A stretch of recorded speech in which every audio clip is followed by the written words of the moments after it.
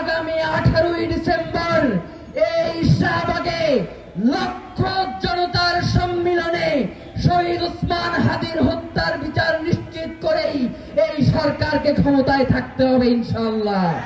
আজকে আপনাদেরকে একটা বার্তা দেওয়ার জন্য এসেছি ভাইয়েরা। শহীদ ওসমান হাদি এমনই একটি শুক্রবারে আমাদের মাঝ থেকে বিদায় নিয়েছেন। বাংলাদেশে যারা ভারতীয় আধিপত্যবাদ কায়েম করতে চায়, যারা বাংলাদেশের মানচিত্রকে বিদেশের কাছে বিক্রি করে দিতে চায়, সেই আধিপত্যবাদী শক্তির হাতে শহীদ ওসমান হাদি আজকের এই শুক্রবারের মতো একটি দিনে শাহাদাত বরণ করেছেন। সরকার ক্ষমতায় এসে 6 মাস হয়ে গেছে। নিত্য নতুন মজার আকর্ষণীয় কথা বলে এই বিচারকে বাধাগ্রস্ত করবার চেষ্টা করছে, বিচারকে ভিন্ন খাতে প্রবাহিত করবার চেষ্টা করছে। আমরা আগামীকালই কোনো কর্মসূচি দিচ্ছি না।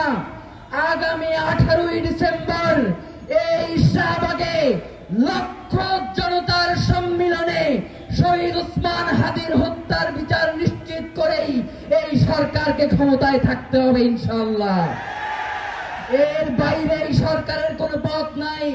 তার সামনে আরো 4 মাস সময় রয়েছে। আপনারা এই 4 মাসের মধ্যে ভারতের সাথে কিভাবে যোগাযোগ করে খুনিদেরকে ফিরিয়ে আনবেন, সেই দায়িত্ব আমাদের নয়, সেই দায়িত্ব আপনাদের।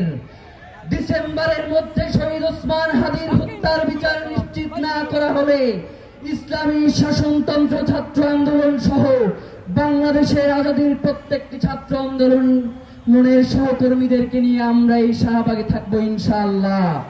বাংলাদেশ জিন্দাবাদ, ইনকিলাব জিন্দাবাদ।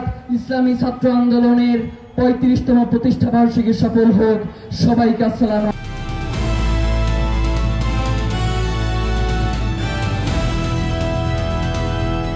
দিনাজপুর টিভি, মানুষের জীবনের কথা বলে।